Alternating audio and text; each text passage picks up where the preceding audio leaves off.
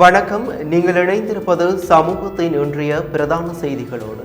செய்திகளுக்காக உங்களுடன் இணைந்து கொள்ளும் நான் ரவிச்சந்திரன் ஜோன் வெஸ்லின். பிரதான செய்திகளுக்குள் செல்வதற்கு முன்னர் முதலில் தலைப்புச் செய்திகள். முன்னாள் அமைச்சர் அகிலவராஜ் காரியவசம் கைது.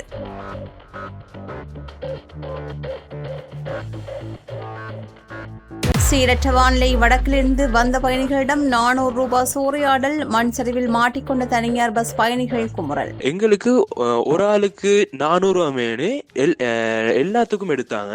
ஸோ எங்கட அதுக்கு மட்டும் 400 மட்டும் இல்லாம எங்கட லக்கேஜுகளுக்கும் சில ஒரு பெரிய பெரிய லக்கேஜுகளுக்கும் சின்ன லக்கேஜுகளுக்கும் அந்த லக்கேஜுகளுக்கு ஏத்த மாதிரி காசு வாங்கினாங்க. இது ஒரு அனுமதியற்ற கரையால் வெள்ளத்தில் மூழ்கிய சாலிவல கிராமம். 350 குடும்பங்கள் வீதிக்கு வந்த சோகம்.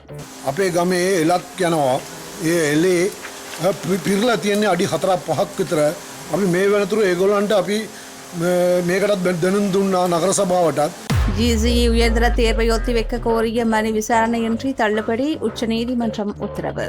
செம்மணி எலும்புக்கூடுகள் ஆய்வு. பன்னாட்டு மேற்பார்வையில் மரபணு மாதிரிகளை பாதுகாக்க ரவிகரன் எம்பி வலியுறுத்து. வலிந்து காணாமலாக்கப்பட்ட உறவுகளின் ஒப்புதலுடன் அவர்களின் மரபணுக்களை சேகரித்து அவற்றை பன்னாட்டு மேற்பார்வையுடன் பாதுகாக்க நடவடிக்கை எடுக்க வேண்டும். மத நிந்தனை குற்றச்சாட்டு. சவுதியில் இலங்கை வாலிபருக்கு 5 ஆண்டுகள் சிறை. சர்வதேச உதவியை கோரும் குடும்பம். மீடியகுட கொலை வழக்கு தேடப்படுகின்ற சந்தேக நபர் பற்றி தகவல் தருமாறு போலீசார் கோரிக்கை. தொடர் காற்று கனமழை. இந்த ஊரில் நீரில் மூழ்கிய வயல்கள். விவசாயிகள் கவலை. காமன்வெல்த் தங்க மகன் ரமேஷ் தரங்கவிற்கு விமானப்படை சார்பில் சிறப்பு கௌரவம். கடுவல சொகுசு பேருந்து தீ வைப்பு. திடுக்கிடும் சிசிடிவி காட்சிகள் வெளியீடு. அவை மது தலைப்புச் செய்திகள். இனி தொடர்பென விரிவான செய்திகள்.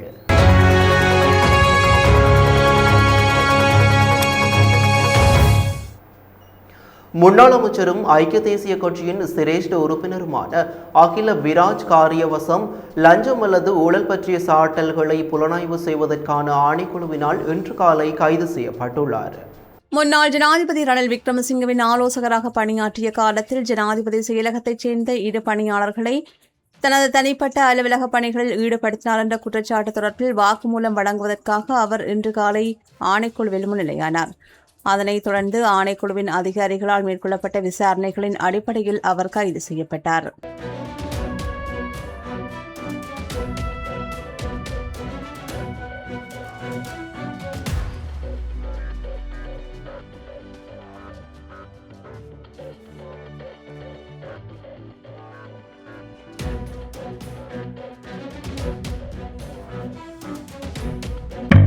பாரிஸ் வாழ் மக்களே, உங்களின் பேராதரவை பெற்ற கல்யாணி மற்றும் அன்னபூரணி தயாரிப்புகள் இப்போது 2 கிளைகளிலும். பிடி கேஷ் அண்ட் கரி லாச்சப்பல், பிடி super store Harley cones.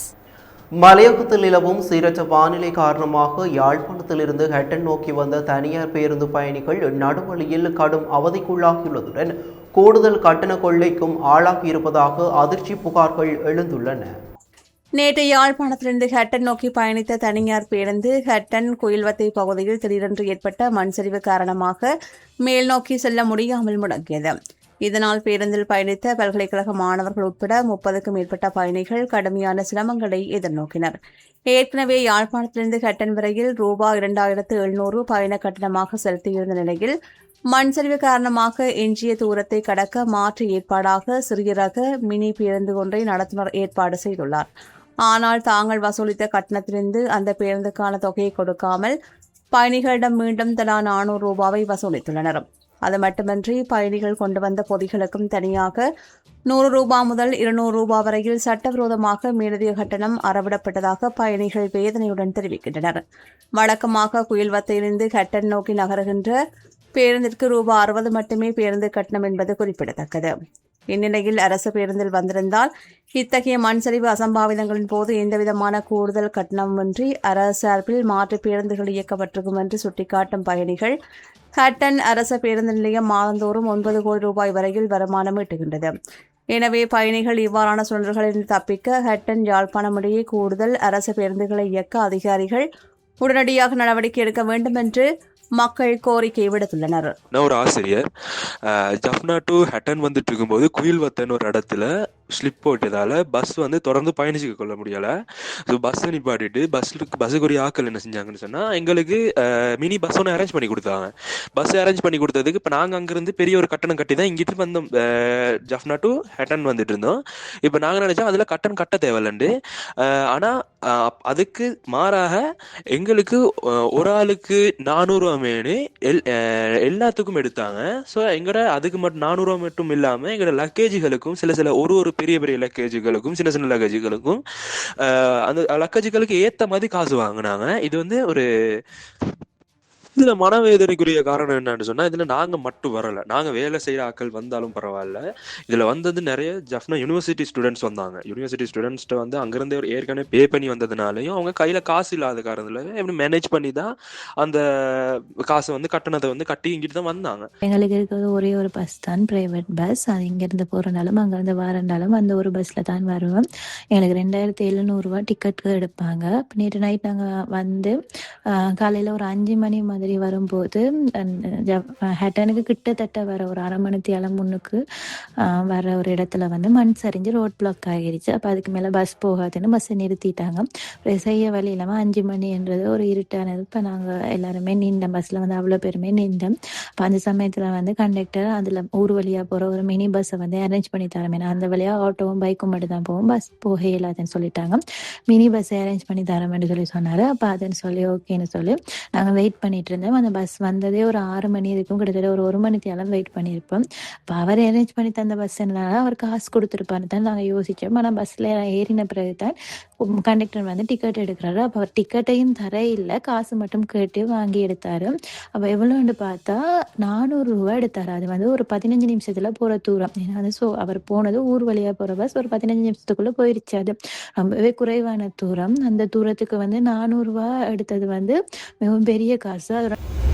Gampola கண்டி பிரதான வீதியில் அமைந்துள்ள சாலிவலா பகுதியில் அனுமதியின்றி அனுமதிக்கப்பட்ட கரையினால் ஏற்பட்ட செயற்கை வெள்ளம் காரணமாக 350க்கும் மேற்பட்ட குடும்பங்களைச் சேர்ந்தோரின் வீடுகள் முழுமையாக நீரில் மூழ்கி பெரும் பொருளாதார இழப்பை சந்தித்துள்ளன. அண்மையில் பெய்த கனமழையை தொடர்ந்து அந்த பகுதியில் உள்ள வீடுகளுக்குள் பெருக்கெடுத்து ஓடிய வெள்ள நீரால் மக்களின் வீட்டு உபயோகப் பொருட்கள், மின்சார சாதனங்கள் மற்றும் அத்தியாவசிய உடைமைகள் அனைத்தும் நீரில் மூழ்கி முற்றாக சேதமடைந்துள்ளன. பாதிக்கப்பட்ட வீடுகளுக்கு பின்னால் அமைந்துள்ள கால்நடை வீதியில் உரிய அனுமதிகளின்றி சட்டவிரோதமாக கட்டப்பட்டுள்ள ஒரு கரையே இந்த அசம்பாவிதத்துக்கு முதன்மை காரணம் என்று பொதுமக்கள் குற்றம் சாட்டுகின்றனர். பள்ளத்தாக்கு போன்ற அமைப்பை கொண்ட இந்த பகுதியில் இயற்கையாக நீர் வடிந்து செல்கின்ற பாதையை இந்த அனுமதியற்ற கரை மறைத்துள்ளதால் மழை நீர் செல்ல வழியின்றி வீடுகளுக்குள் புகுந்துள்ளது. இவ்வளவு பெரிய அனர்த்தம் நிகழ்ந்தும் இதுவரையில் எந்தவொரு அதிகாரியோ அல்லது பொறுப்பு வாய்ந்த அமைப்போ தங்களின் குறைபாடுகளை கண்டுகொள்ளவோ உரிய நிவாரண நடவடிக்கைகளை மேற்கொள்ளவோ முன்வரவில்லை என்று மக்கள் வேதனையுடன் தெரிவிக்கின்றனர். மேலும் கம்பளை பகுதியில் தேசிய மக்கள் சக்தி கட்சியின் நாடாளுமன்ற உறுப்பினர் ஒருவர் இருந்த போதிலும் இந்த நெருக்கடியான சூழலில் மக்களுக்காக எந்தவிதமான தலையீடும் அவர் செய்யவில்லை என்றும் இதனால் தங்களுக்கு எந்த பயனும் ஏற்படவில்லை என்றும் அந்த பகுதி மக்கள் கடும் அதிருப்தியும் கவலையும் வெளியிட்டுள்ளனர். අපේ ගමේ එලත් යනවා. ඒ එලේ පිරලා තියෙන්නේ අඩි 4-5ක් විතර. අපි මේ වෙනතුරු ඒගොල්ලන්ට අපි මේකටත් දැනුම් දුන්නා නගර සභාවටත්. මේ ගැන කිසිම මේගොල්ලෝ උනන්දුවක් නැහැ. අපේ අර ගමේ ඉන්නවා පවුල් මෙතන 360ක් ඉන්නවා. මේකේ වෙනම ඉන්නවා 1200ක්. செம்மணியில் அகழ்ந்தெடுக்கப்படும் எலும்புக்கூடுகளின் தரவுகளோடு வலிந்து காணாமலாக்கப்பட்ட உறவுகளின் மரபணு மாதிரிகளை ஒப்பிட்டு ஆய்வு செய்ய வேண்டிய சட்ட தேவைப்பாடு இருப்பதாக வன்னி மாவட்ட நாடாளுமன்ற உறுப்பினர் துரைராசா ரவிகரன் சுட்டிக்காட்டியுள்ளார். இன்று நாடாளுமன்றில் உரையாற்றிய போது அவர் இதனை தெரிவித்தார். இது தொடர்பாக அவர் மேலும் கருத்து தெரிவிக்கையில், செம்மணி மனித புதைகுழியின் 3ஆம் கட்ட அகழ்வாய்வு பணிகள் ஆகஸ்ட் 4ஆம் தேதி நேற்றைய தினம் மீண்டும் ஆரம்பிக்கப்பட்டுள்ளன. அந்த வகையில் செம்மணி மனித புதைகுழி அகழ்வாய்வுகளில் இதுவரை மொத்தம் 483 எலும்புக்கூடுகள் அடையாளம் காணப்பட்டுள்ளன. அவற்றில் 481 மனித எலும்புக்கூடுகள் இதுவரை முழுமையாக அகழ்ந்தெடுக்கப்பட்டுள்ளன. வலிந்து காணாமலாக்கப்பட்ட உறவுகளின் ஒப்புதலுடன் அவர்களின் மரபணுக்களை சேகரித்து அவற்றை பன்னாட்டு மேற்பார்வையுடன் பாதுகாக்க நடவடிக்கை எடுக்க வேண்டும். மனித புதைகுழி விடயத்தில் அடையாளம் காணப்பட்ட இரும்பு தொகுதிகளை நிலத்திலிருந்து அகழ்ந்தெடுப்பதென்பது முதல் கட்ட செயல்பாடாகும். வரவிருக்கும் உயர்தர தேர்வை ஒத்திவைக்க கோரி தாக்கல் செய்யப்பட்ட அடிப்படை உரிமைகள் மனுவை விசாரணைக்கு எடுத்துக்கொள்ளாமலேயே தள்ளுபடி செய்து உச்சநீதிமன்றம் இன்று உத்தரவிட்டுள்ளது. முதல் மற்றும் இரண்டாம் முறை தேர்வு எழுதவிருந்த 5 மாணவர்களால் இந்த மனு நீதிமன்றத்தில் சமர்ப்பிக்கப்பட்டிருந்தது. உச்ச நீதிமன்றத்தின் இந்த உத்தரவை அடுத்து திட்டமிட்டபடி 2026ஆம் ஆண்டுக்கான GCE உயர்தர தேர்வு வரும் ஆகஸ்ட் 10ஆம் தேதி முதல் செப்டம்பர் 5ஆம் தேதி வரையில் இடம்பெறும் என்பது உறுதி செய்யப்பட்டுள்ளது. சமீபத்தில் நிறைவடைந்த காமன்வெல்த் விளையாட்டுப் போட்டியில் ஈட்டி எறிதல் பிரிவில் உலக சாம்பியன்களை வீழ்த்தி வரலாற்று சிறப்புமிக்க தங்கப்பதக்கம் வென்ற இலங்கை விமானப்படையின் கோப்ரல் ரோமேஷ் தரங்கவிற்கு சார்ஜெண்டாக பதவி உயர்வு வழங்கப்பட்டுள்ளது. தாய் நாட்டுக்கு பெருமை தேடித்தந்த அவரது சாதனையை பாராட்டி விமானப்படை தளபதி ஏர் மார்ஷல் பந்து எதிர்சிங் அவர்களால் இன்று விமானப்படை தலைமையகத்தில் வைத்து இந்த உயர்வு வழங்கப்பட்டதுடன் அவருக்கு சிறப்பு நிதியுதவியும் அளிக்கப்பட்டது. மேலும் அவரது வெற்றிக்கு பின்னால் இருந்து உழைத்த பயிற்சியாளர் டோனி பிரசன்ன மற்றும் உடற்பயிற்சி உதவியாளர் கோப்ரல் சந்திம குருசிங்க ஆகியோருக்கும் சேவையை பாராட்டும் விதமாக பணப்பரிசுகள் வழங்கி வைக்கப்பட்டன. Blue Ocean Group of Companies இலங்கையின் வளர்ச்சியோடு உங்கள் வாழ்க்கையையும் உயர்த்துகிறோம். அம்பாறை மாவட்டம் நிந்தவூர் மற்றும் அதன் சுற்றியுள்ள பகுதிகளில் கடந்த சில தினங்களாக வீசி வரும் பலத்த சூறாவளி காற்றுடன் கூடிய கனமழை காரணமாக பல நூற்றுக்கணக்கான ஏக்கர் வயல் நிலங்கள் நீரில் மூழ்கி பலத்த சேதமடைந்துள்ளதாக பிரதேச விவசாயிகள் கவலை தெரிவித்துள்ளனர். திடீரென்று ஏற்பட்ட சீரற்ற காலநிலை மற்றும் வெள்ளப்பெருக்கு காரணமாக நிந்தவூர் விவசாய பிரிவில் பயிரிடப்பட்டிருந்த நெற்பயிர்கள் நீரில் மூழ்கியுள்ளன. குறிப்பாக பால் பிடிக்கும் பருவத்திலும் அறுவடைக்கு தயாராக வளர்ந்த நிலையிலும் இருந்த நெற்பயிர்கள் பலத்த காற்றினால் தரைமட்டமாக சாய்ந்துள்ளன. தொடர் மழையினால் வயல்களில் நீர்மட்டம் உயர்ந்துள்ளதால் பயிர்கள் அழுகும் அபாயம் ஏற்பட்டுள்ளதோடு நீரில் மூழ்கிய நெல் மணிகள் முளைக்க தொடங்கியுள்ளதாகவும் விவசாயிகள் வேதனை தெரிவிக்கின்றனர். மேலும் வடிகான் வயல்களில் ஏற்பட்டுள்ள அடைப்புகள் மற்றும் நீர்வரத்து அதிகரிப்பு காரணமாக வயல்களிலிருந்து மழைநீர் வெளியேறுவதில் பெரும் தாமதம் ஏற்பட்டுள்ளது.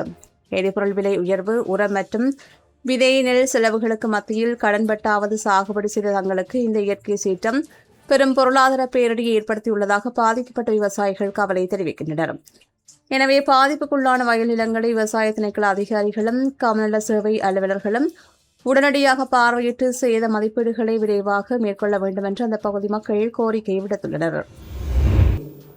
முகநூலில் மத நிந்தனை கருத்துக்களை பதிவிட்டதாக கூறி சவுதி அரேபியாவில் 5 ஆண்டுகள் சிறை தண்டனையும் 3 மில்லியன் சவுதி ரியால் அபராதமும் விதிக்கப்பட்ட கல்முனை நட்படி முனையைச் சேர்ந்த சிவராச அனோஜன் என்பவரது குடும்பத்தினர் தீர்ப்பை எதிர்த்து மேல்முறையீடு செய்ய நிதி வசதியின்றி சர்வதேச உதவியை கோரியுள்ளனர். இஸ்லாத்தையும் முகமது நபியையும் அவமதித்ததாக கூறி அல் அக்ஷா குற்றவியல் நீதிமன்றத்தினால் தண்டனை விதிக்கப்பட்டுள்ள அனோஜனின் தண்டனையை குறைக்கவும் அவரை இலங்கைக்கு மீட்கவும் நடவடிக்கை எடுக்குமாறு அவரது பெற்றோர் ஐக்கிய நாடுகள் மனித உரிமைகள் உயர் ஆணையருக்கு கடிதம் எழுதியுள்ளனர். இலங்கை வெளியுறவு அமைச்சகத்தின் தகவல்களின்படி தீர்ப்பை எதிர்த்து மேல்முறையீடு செய்ய 30 நாட்கள் அவகாசம் உள்ள போதிலும் அதற்கான சட்ட செலவுகளை குடும்பத்தினரை ஏற்க வேண்டும் என்று கூறப்பட்டுள்ளது. குடும்பத்தின் ஒரே வாழ்வாதாரமாக இருந்த அனோஜனுக்கு விதிக்கப்பட்ட அபராதத்தையோ மேல்முறையீடு செலவையோ செலுத்த முடியாது என்று தெரிவிக்கும் பெற்றோர் மனிதாபிமானமான அடிப்படையில் ஐநா மற்றும் சமூக ஆர்வலர்களிடம் நிதியுதவியை எதிர்பார்த்துள்ளமை குறிப்பிடத்தக்கது. கடுவல பிரதான பேருந்து நிலையத்திற்கு அருகே நிறுத்தி வைக்கப்பட்டிருந்த சொகுசு பேருந்துக்கு முகமூடி அணிந்த நபர்கள் தீ வைக்கும் அதிர்ச்சி தரும் CCTV காட்சிகள் ஊடகங்களுக்கு வெளியிடப்பட்டுள்ளன. இன்று அதிகாலை 2:30 மணிக்கும் 2:45 மணிக்கும் இடைப்பட்ட வேளையில் தெற்கு அதிவேக நெடுஞ்சாலையில் கடுவல மாத்தறை பகுதியில் இயங்குகின்ற சொகுசு பேருந்து மீது இந்த தாக்குதல் நடத்தப்பட்டது. சந்தேக நபர்கள் 2 பேருந்தை நோக்கி நடந்து சென்று தீயை வைத்துவிட்டு செல்லும் காட்சிகளும் அதில் பதிவாகியுள்ளன. இந்த தீ விபத்தில் சொகுசு பேருந்து முற்றிலும் நாசமானதுடன் அருகிலிருந்த 2 பேருந்துகள் சிறிய அளவில் சேதமடைந்தன. இந்த சம்பவத்தின் போது பேருந்தினுள் உறங்கிக் கொண்டிருந்த ஓட்டுநரும் நடத்துனரும் சக ஊழியர்களின் எச்சரிக்கையால் காயமின்றி அதிர்ஷ்டவசமாக உயிர் தப்பினர். தனிப்பட்ட தகராறு காரணமாக இந்த தீ வைப்பு சம்பவம் இடம்பெற்றிருக்கலாம் என்று சந்தேகப்படுகின்ற நிலையில் சிசிடிவி காட்சிகளின் அடிப்படையில் கடவல போலீசார் தீவிர விசாரணைகளை மேற்கொண்டு வருகின்றனர். ராயல்டி என்ஜினியரிங் வழங்கும் நவீன அடுக்குமாடி குடியிருப்புகள் இப்போது விற்பனைக்கு. Colombo 6 Wellawatte bus line hall ரோட்டுக்கு மிக அருகாமையில். கடந்த 2025 நவம்பர் 17 அன்று மீட்டியகோடை உணவகம் ஒன்றில் பெண் காசாளர் சுட்டுக் கொல்லப்பட்ட சம்பவத்தில் தேடப்பட்டு வரும் 39 வயதுடைய பிரதான சந்தேக நபரை கைது செய்ய போலீசார் பொதுமக்களின் உதவியை கோரியுள்ளனர். ஹிக்கடவையைச் சேர்ந்த குறித்த நபர் தலைமறைவாக உள்ளதோடு கந்தர மற்றும் அம்பலாங்குடை துப்பாக்கிச்சூடு சம்பவங்கள் தொடர்பாகவும் தேடப்பட்டு வருகின்றார். அத்துடன் பலப்பட்டி நீதவான் நீதிமன்றினால் இவருக்கு எதிராக பல பிடியாணைகள் பிறப்பிக்கப்பட்டுள்ளன. இவரை பற்றி தகவல் தெரிந்தவர்கள் 071859141 அல்லது 09122604223 என்ற எண்களில் மீடியகொட போலீசாரை தொடர்பு கொள்ளுமாறு கேட்டுக் கொள்ளப்படுகின்றார்கள். குழந்தைகளின் பசியை முடிவுக்கு கொண்டு வந்து அவர்களின் எதிர்காலத்தை பாதுகாக்கும் நோக்கத்துடன் உலகளாவிய ரீதியில் முன்னெடுக்கப்பட்டு வரும் விழிப்புணர்வு ஊர்வலம் இன்று மூதூரில் நடைபெற்றது. எந்த ஒரு குழந்தையும் பசியால் பாதிக்கப்படக்கூடாது என்பதை முதன்மை நோக்கமாக கொண்டு இந்த பேரணி ஏற்பாடு செய்யப்பட்டுள்ளது. பசியினால் குழந்தைகளின் உடல் வளர்ச்சி, கல்வி, ஆரோக்கியம் மற்றும் எதிர்காலம் பாதிக்கப்படுவதை தடுக்கும் வகையில் குடும்பங்கள், சமூகங்கள், அரசாங்கம் மற்றும் கல்வி நிறுவனங்கள் இணைந்து செயல்பட வேண்டியதன் அவசியத்தையும் இந்த இயக்கம் வலியுறுத்தியுள்ளது. இந்த விழிப்புணர்வு ஊர்வலம் மூதூர் பிரதேச செயலகத்தின் முன்னால் ஆரம்பமாகி பிரதான வீதி வழியாக சென்று கலாச்சார மண்டபத்தை அடைந்தது. ஊர்வலத்தில் மூதூர் பிரதேச செயலக ஊழியர்கள், உள்ளூராட்சி மன்ற உறுப்பினர்கள், ஆசிரியர்கள் மற்றும் மாணவர்கள் என்று ஏராளமானோர் கலந்து கொண்டனர். அவர்கள் குழந்தைகளுக்கு தேவையான சத்தான உணவுகள் மற்றும் அடிப்படை உரிமைகள் வழங்கப்பட வேண்டும் என்பதை வலியுறுத்தும் வாசகங்கள் அடங்கிய பதாதைகளையும் தாங்கியவாறு பேரணியாக சென்றனர். போதுமான சத்தான உணவு, தூய்மையான குடிநீர், நல்ல சுகாதாரம் மற்றும் வாழ்வாதார மேம்பாடு ஆகியவற்றின் மூலம் குழந்தைகளின் பசியற்ற பிரகாசமான எதிர்காலத்தை உறுதி செய்ய முடியும் என்ற விழிப்புணர்வு செய்தியை இந்த பேரணி மூதூர் மக்களுக்கு உணர்த்தியுள்ளது.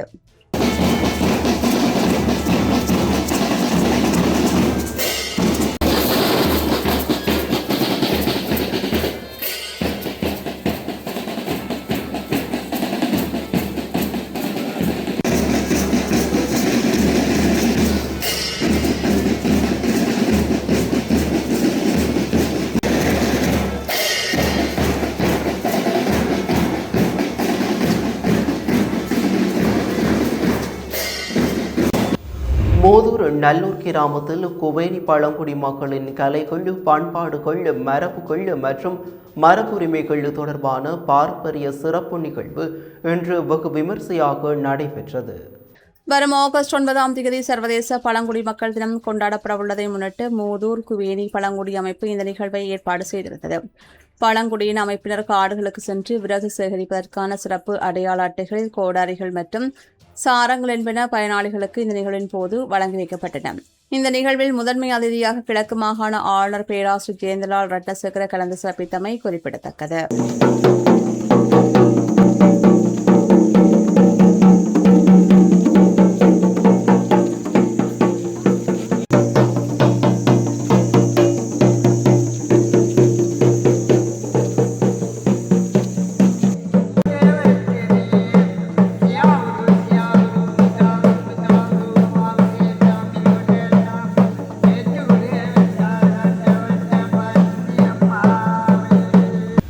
இத்துடன் சமூகத்தின் பிரதான செய்திகள் நிறைவு பெறுகின்றன. தொடர்ந்தும் சமூகத்தின் செய்திகளோடு இணைந்திருங்கள்.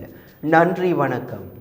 எமது RIP பேச்சுக்கு கிடைத்த மரண அறிவித்தல்கள். யாழ்ப்பாணம் வல்வெட்டித்துறையை பிறப்பிடமாகவும் லண்டனை வதிவிடமாகவும் கொண்டிருந்த திருமதி ஞானேஸ்வரி ஞானா வஜ்ரா அவர்கள் 4/8/2026 செவ்வாய்க்கிழமை அன்று லண்டனில் காலமானார். யாழ்ப்பாணம் நல்லூரை பிறப்பிடமாகவும் கனடா டொரண்டோவை வதிவிடமாகவும் கொண்டிருந்த திருமதி அமிர்தவல்லி கதிர்காம பிள்ளை அவர்கள் 4/8/2026 செவ்வாய்க்கிழமை அன்று காலமானார்.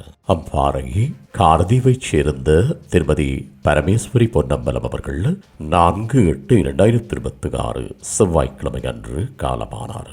மட்டக்களப்பு வெள்ளாவடியை பிறப்பிடமாகவும் வதிவிடமாகவும் கொண்டிருந்த திரு சாமித்தம்பி விநாயகமூர்த்தி அவர்கள் 4/8/2026 செவ்வாய்க்கிழமை அன்று இறைப்பதமடைந்தார். மேலே அறிவிக்கப்பட்ட அனைத்து மரண அறிவித்தல் இறுதிக்கிரியை பற்றிய தகவல்களை அறிந்து கொள்ள ரிப்டாட் பேஜை பார்வையிடுங்கள். இதற்கான லிங்க் கீழிருக்கும் டிஸ்கிரிப்ஷனில் பார்வையிடலாம். இது போன்ற செய்திகளை தெரிந்து கொள்ள சமூகம் நியூஸ் சேனலை சப்ஸ்கிரைப் செய்து அருகில் உள்ள பெல் பட்டனை கிளிக் செய்யுங்கள். மேலும் இது போன்ற செய்திகளை உடனுக்குடன் தெரிந்து கொள்ள சமூகமீடியா.com என்ற இணையதளத்தின் வாயிலாகவும் எங்களுடன் இணைந்திருங்கள்.